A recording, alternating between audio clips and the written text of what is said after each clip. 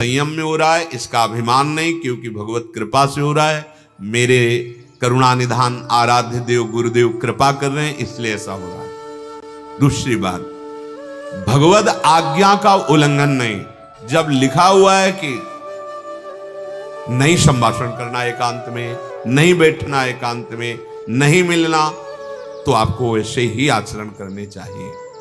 साधन की सिद्धावस्था दो भाव, पहला सब कुछ भगवत कृपा से हो रहा है, अभिमान नहीं। दूसरा मेरे गुरुदेव हरि का जो आदेश है वैसा अक्षरशः जीवन में होना चाहिए। मानव शरीर मिला बहुत बड़ी हरि की कृपा, सत्संग मिला बहुत बड़ी हरि की कृपा, साधना मिली बहुत बड़ी हरि की कृपा, साधना में रुचि हुई बहुत बड़ी हरि की कृपा।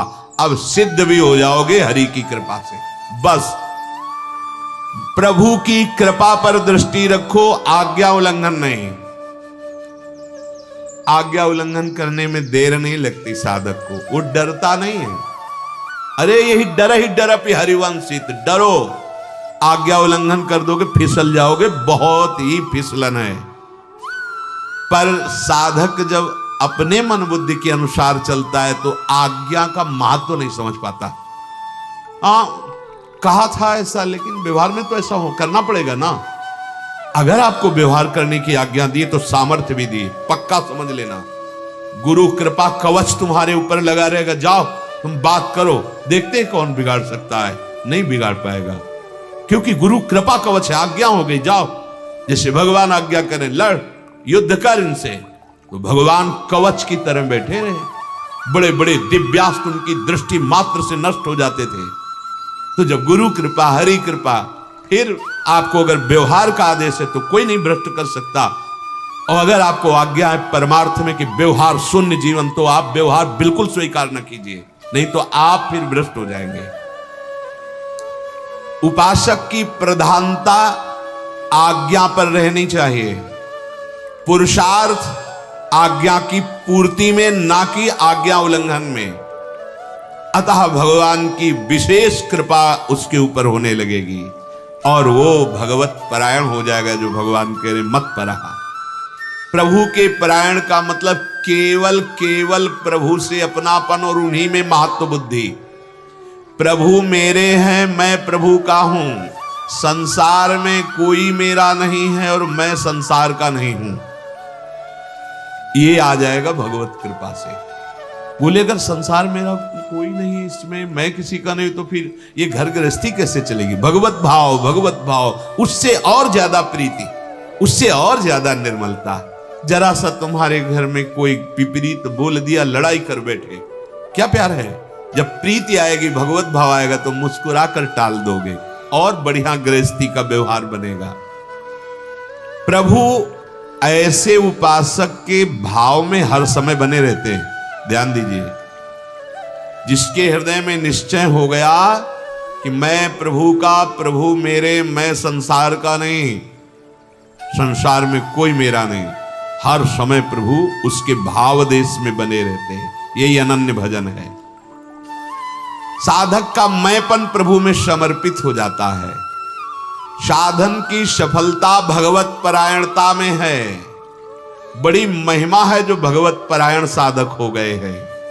वशे ही यसेंद्रियाणि तस्य प्रज्ञा प्रतिष्ठिता, वो अपनी इंद्रियों को वश में करने वाला भगवत परायण महापुरुष सिद्ध कहा जाता है। श्री भगवान कह रहे हैं, यदि आज्ञा उल्लंघन करोगे, यदि मेरे परायण नहीं रहोगे, तो ध्यायतो विषयान पुंसः, बहुत ध्यान देने योग्य बात है। ध्यायतो विषयान पुंसः संगस्तेषु उपजायते, संगात् संजायते कामः, कामात् क्रोधोऽभिजायते, क्रोधात् भवति सम्मोहः, सम्मोहात् स्मृति विभ्रमः, स्मृति भ्रंशात् बुद्धिनाशो, बुद्धिनाशात् प्रणश्यति। जो आज्ञा उल्लंघन करता है उस साधक का विषय चिंतन बनने लगता है। यह है सर्वनाश। कई बार वर्णन किया है कि साधक का एकांत पवित्र होना चाहिए। समाज तो व्यवहार में सब कोई पवित्र रहने की चेष्टा करेगा, थोड़ी भी हरकत आपकी पकड़ी जाएगी। एकांत आपका पवित्र होना। साधु का एकांत निर्मल होता है, इसलिए उसका व्यवहार भी परम पवित्र होता है। ये कपट होता है कि हम व्यवहार में पवित्रता का कपट करते हैं और एकांत हमारा अपवित्र होता है। बहुत ध्यान देने की बात। समाज में तो आप पवित्र रहोगे ही, एकांत आपका पवित्र होना चाहिए। साधक इस बात को बिल्कुल अक्षरशः जीवन में उतारे। आपका एकांत श्रवण, दर्शन, चिंतन पवित्र होना चाहिए। एकांत में एकदम सजग रहना चाहिए, छूट नहीं देनी चाहिए। अब अपने कमरे में गए, बंद किया कमरा, अब तो हम स्वतंत्र। नहीं देखना उसी समय जिनको तुम शासन में ले रहे हो वो तुम्हें गुलाम बनाने की चेष्टा करेंगे। इंद्रियां, मन, बुद्धि। अगर आप आज्ञा पे नहीं है, देखो प्रारंभ में जो सदगुरुदेव भगवान कृपा करी थी, प्रथम दीक्षा, तो उन्होंने बताया था बच्चा जब तक नींद ना आ जाए तब तक खाली मत रहे। गुरु कृपा से ऐसे सदगुरुदेव भगवान के वचन मिले, प्रबल लालसा से जो भगे थे तो वैसे ही भगवान ने हाथ पकड़ लिया। बहुत ही निरंतर जप प्रधान जीवन महाराज जी का था। उन्होंने जप में ही लगाया, जब तक नींद ना आवे तब तक हाथ में माला और जपते। कुछ पाठ के क्रम और अधिक जप में लगाया, प्रारंभ से ही जप में, और कहा इस माला से जपने की परिपक्व अवस्था है कि बिना माला के प्रति श्वास में अधिक से अधिक नाम और मंत्र का अभ्यास किया जाए।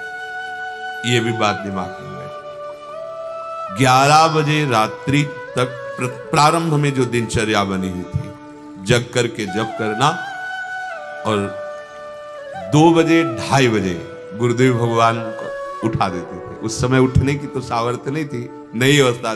उठ, देख, बैठ, भजन का समय, चल बैठ, फौरन बैठाल देते अपने पास। तखत में महाराज जी सोते, जब इन पे पास ही सुला, बड़ा माँ का जैसा स्वरूप, दुलार किए तभी। हाँ, बस वहां से बात बैठ गई कि मेरे चिंतन में निरंतर मंत्र रहना चाहिए, नाम जप निरंतर चलना चाहिए। विषय चिंतन के लिए जगह ही ना दी जाए। खास बात है, अगर आप माला में ही केवल अभ्यास करेंगे तो जब माला छोड़ देंगे तो मन कहेगा देखो 11 की बात हुई थी, हो गया, अपना नियम पूरा हो गया, अब चलो। नहीं, इसको 11 तो बाहर से फंसाना ही है माला से, पर अंदर श्वासों की माला में कोई भी श्वास खाली ना जाए। अब जब हम शयन करने के लिए अपनी दिनचर्या पूर्ण करके अकेले कमरे में हुए, तब ध्यान देना, ये अनुभव की बात कहते हैं। इंद्रिय और मन आप पर शासन करेंगे। अब बहुत जोर की लड़ाई है आपकी, क्योंकि एकांत हो। कोई भी चेष्टा भगवत मार्ग के विरुद्ध ना होने पावे शरीर से और ना मन से। ध्यायतो विषयान पुंसः संगस्तेषुपजायते, संगात संजायते कामः, कामात क्रोधो भी जायते। पूरा पूरा परमार्थ नष्ट हो जाएगा। जहां विषयों का चिंतन हुआ, ये मोबाइल बहुत हानिकारक है यदि विपरीत दिशा में गए आप। बार बार इसलिए सावधान कर रहे हैं, इसमें पूरा संसार है। अगर आप सावधान नहीं हैं तो उसमें एक सुविधा तो भजन की है कि आप सत्संग सुन रहे हैं, उसमें बहुत सी ऐसी असुविधाएं हैं जो भजन विरोधी हैं। आप बहुत सावधान। आप यदि एकांत में मनोरंजन में फंस गए तो केवल स्वांग चलेगा भक्ति का। सत्संग इतना प्रभावशाली है कि हमारे जीवन को बदल दे, पर कुसंग इससे कम नहीं है, क्योंकि बहुत जन्मों से हमारा कुसंग में अनुराग रहा है। अब वो कुसंग क्या करेगा, सत्संग की बात का मिटिया मेट कर देगा। इसलिए सबसे प्रार्थना है, चढ़ना बहुत कठिन होता, फिसल के गिरने में सेकंड लगते हैं। शायद है कोई अच्छा उपासक क्यों एकांत में कुसंग करेगा, पर मोबाइल से कुसंग करने में उसको कोई संकोच नहीं लगे, क्योंकि कोई देख नहीं रहा। तो भाई ये किसी और के साथ नहीं कर रहे हो, आप हमें धोखा नहीं दे रहे हो, आप अपने को धोखा दे रहे हो। कोई भी विषय बढ़ावे की बात सुनोगे देखोगे तो ध्यायतो विषयान पुंसः, आपका ध्यान विषयों का बनने लगेगा, चिंतन विषयों का होने लगेगा। अगर चिंतन प्रभु का हो रहा है, सच्ची बात मानना, वो कहीं भी हो कुछ भी उसका नहीं बिगड़ सकता। तभी कहा है गृहणंतु मुंचन्तु वा चिंतन अनन्यस चिंतयन्तु माम, यही सिद्ध पुरुष का स्वरूप होता है।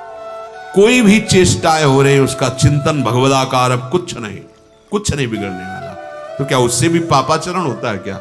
नहीं, पापाचरण अहंकार से होता है। अहंकार तो न जाने कहां लीन हो गया परम सत्य में, अब वो केवल यंत्रवत चेष्टाएं हो रही हैं, विषयों का चिंतन न होने पाए। भाई खास बात भगवान यहां वर्णन कर रहे हैं, अगर विषयों का चिंतन हुआ तो उन विषयों का संग अंदर से जो हो रहा है चिंतन में, अब वो राग पैदा कर देगी।